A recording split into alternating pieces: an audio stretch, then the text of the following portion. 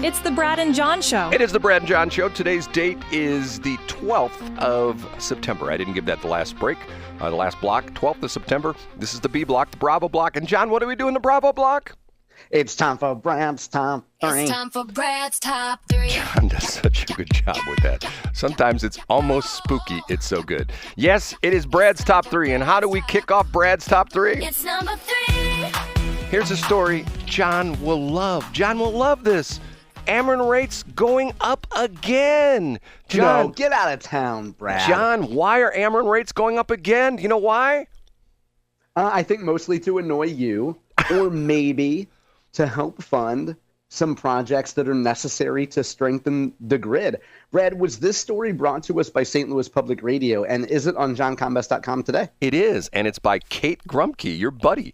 Yeah, Grumke. Never met her, don't know her, but I'll call her my buddy. Ameren's proposal for new large data center rates could raise electric bills by an estimated $22 million per year, according to filings from Missouri's utility regulator staff.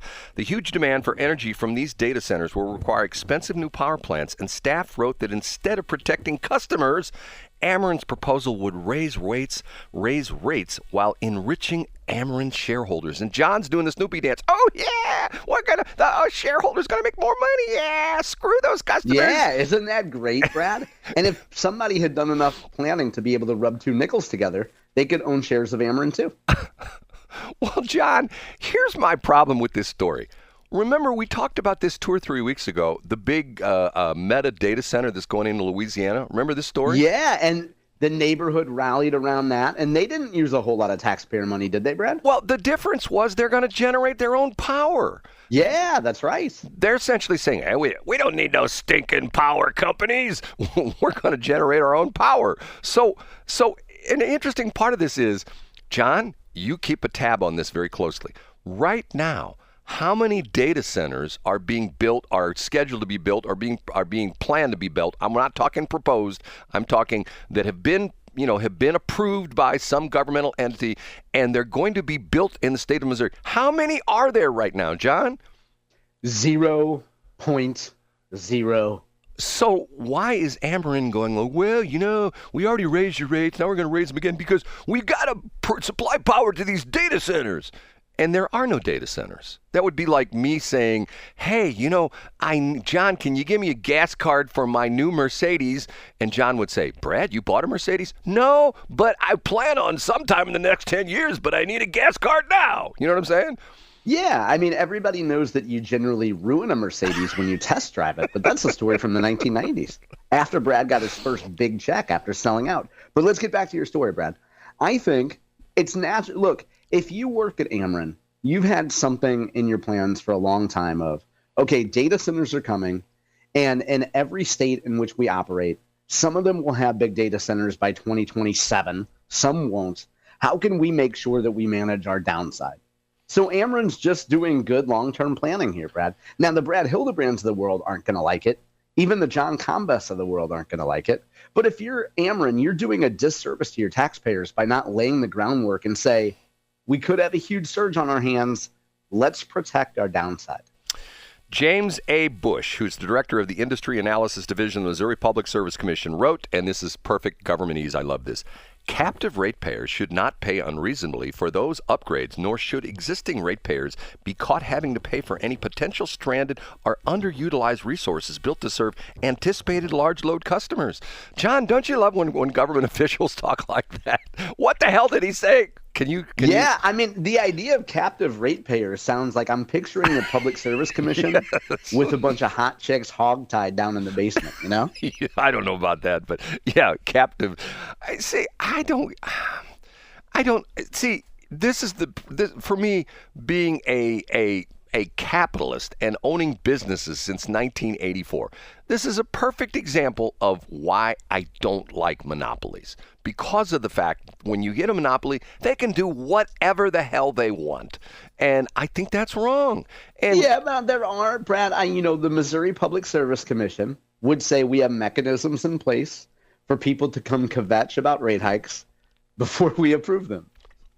John, which always reminds me of the incident when the Rams were going to leave St. Louis, and I already knew they were gone. Remember, I told that story. I knew the Rams were gone. Yeah, you did, and it had to do with contracts that were not being renewed, right, Brad? Right. Well, it's to point with a guy from one of the executives from the Kansas City Chiefs told me the whole story, and I would tell this to people, and everybody would go, "Oh, I don't believe you, Brad. You're making fun of that." And I went to the meeting because there was a deal where it was in the NFL bylaws, and the NFL had a rule that if a team was going to leave a city, they had to have a public meeting. I went to that public meeting at the Peabody Opera House, or if my old buddy, what's his name, Ed Golterman. Ed Golterman were around, he would go, it's Keyhole Opera House. And I sat in that audience and I said to myself, I used the K word. You know what the K word, John, was? No, what is it? Kabuki.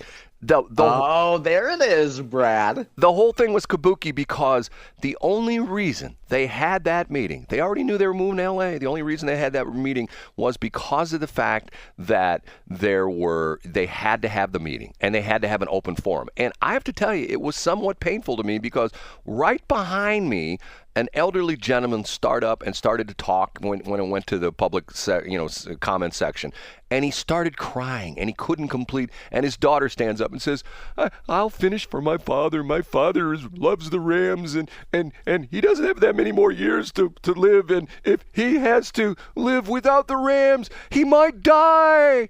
And I thought to myself, "Oh my God!" And the best part for folks who haven't heard Brad tell the story before, for folks who don't know, it was kind of like the movie Sixth Sense, where Brad woke up and he realized the old guy was actually him. And he didn't know that the young woman was actually his daughter. But he went in the parking lot and there was a backwards license plate. And it was like Sixth Sense. Brad knew, oh my God, the old guy crying is me. I got news for you, John. My daughter wouldn't be caught dead with me, dead or alive. So that's a whole other story. Okay, we ready for number 2? Yeah, let's do number 2. It's time for Brad's number 2. It's time for Brad's number 2. John, being an American, not a conservative or a liberal or anything like, being an American, I will state again my concern for what's happening with our country, that the Trump administration this is the pendulum swinging. It's swinging too far in one direction. And in 2028, when AOC becomes president, it will swing drastically back the other way. The War Department. This is the thing that has come out now where they're renaming the War Department. Now, the interesting part of this is that, did you know, up until I believe the date was 1947, that was the term for our Department of Defense. Did you know that? Yeah, and did Truman change it? Who changed it? Yes, Truman changed it because he came in office. So it went from the Department of War to the Department of Defense. Department of Defense. And now Trump wants to change it back. And is there something about that do you think that's going to lose public sentiment, or what do you not like about that, Brad? I think it's sort of in your face. You know, I mean, it's to the point where and I get it. The idea being is if you say you're the Defense Department, you're on defense, and to the point where we're not on defense, we're on offense, and essentially you're the War Department. I just don't agree with all the massive changes going on. And to me, to a certain part like that, it's here we go again. Taxpayer money. Do you have any idea how many millions, maybe tens of millions, maybe hundreds of millions it would cost just to change all the signage, all the building designations, all the letterhead, all the things, all the different forms that have Department of Defense, DOD, I mean, right there, we're talking probably tens, hundreds of millions of dollars, probably hundreds of millions. Yeah. And then I think ever the more reason that's why those changes need to be sponsored by a Boeing or a Lockheed Martin. That's exactly. And then you could just have every piece of, letterhead or business cards for old-timey people who use those things. You could have at the bottom paid for by Boeing or paid for by Lockheed Martin, brought to you by the folks at Boeing, or they could sponsor it with, a specific name of a plane or something. So why don't you just have the National Military Industrial Complex fund these changes, Brad? I think it's a win-win for everybody. John, you're missing an obvious thing. You're missing an obvious name where you can actually make fun of Brad. Go ahead. Is it the P-51 Mustang? Yes. Yeah, this one is brought to you by the P-51 Mustang. And then the best part of the competitive process is round about, 2028, you could go and you could say, hey, all you Home Depot people, you know that you could just go and retrofit an old pickup truck. You get some sturdy iron from Home Depot and you just solder them into the back of a truck. And then you could have those artillery people also sponsor some stuff, right, Brad? John, and maybe you could have a drone company. I don't know if you've heard of asymmetrical warfare, but you could have one thing sponsored by the Department of Asymmetrical Warfare. You know, every once in a while, one of my friends listens to the station. And every once in a while, I get a comment from them like, is John really a jerk to you, or is this sort of fun?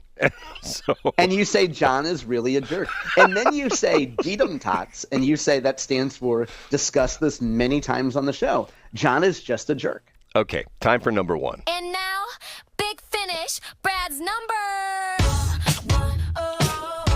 Something happened last night that has not happened since 2019, and I'm sort of surprised at this.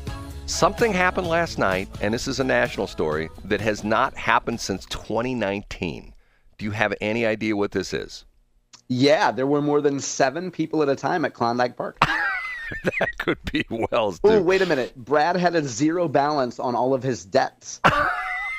No, that would be... No, what's the answer, Brad? Is it something celestial? I hear there's like a lot of things going on with the moon and the stars, something. You know how chicks are into that stuff. For the first time since 2019, a U.S. president attended a Major League Baseball game. Oh, he went to the Yankees game, right? Yes, and I found that sort of fascinating that here supposedly baseball is American sport. And the interesting part about it is think about 2019. Who was in office in 2019, John? It was Donald Trump. And from 2021 through 2025, who was in office? Joe Biden. And he never went to a baseball game. See, Yeah. Well, I don't think they have great handicap access. I don't think his wide box Hokas could hold him up there. Brad, and I don't mean to interrupt your story at all, but it has to do with the Yankees. Did you see the Yankees tweet after Charlie Kirk's death? I did not. They had a really kind, a very patriotic tweet from the New York Yankees X account. And I was like, you know how I am, Brad. I'm skeptical of everything. I'm like, is this tweet even real? But they just said something to the effect of, we mourn the loss of Charlie Kirk. He was 31. He was, whatever. And I was like, holy cow, for a Major League Baseball team to pay homage to Charlie Kirk, I thought it was super cool. Well, Trump went to the baseball game last night, and the interesting part of it is he said that he's been to several New York Yankees games, and they've never lost a game when he was there, and they won again last night, 9-3, so they need to keep him in the stands. But I thought it was fascinating that an American pastime, supposedly, but yet, think about this. Hasn't Biden been to a couple Super Bowls? I mean, I know that the interesting thing this last time, he was given the chance to do the halftime show back in when he was last time when he was president, and he declined. Remember, they always have they have the interview with the president at the part of the halftime show of the Super Bowl. Yeah, you're right, and I think we talked about it at the time. Right, and he declined it. I find it fascinating that the president, and especially since there's a Major League Baseball team, about 2 or 3 miles away from the White House? Isn't that where isn't the national stadium fairly close to like all the big landmarks and things like that? It does surprise me that Biden never went. Yes, I mean, and to the point where, and all you have to do is just show up. Hey, and wave a couple times, and then they throw the first pitch and you disappear and whatever. Anyway, I just thought that was interesting, and it was because of 9/11. He was there because of 9/11 to pay tribute to the 9/11 anniversary and the whole bit, and also it was interesting. The story goes on to talk about how he went down into the clubhouse and shook hands with all the Yankees players, and really, did a one-on-one kind of thing.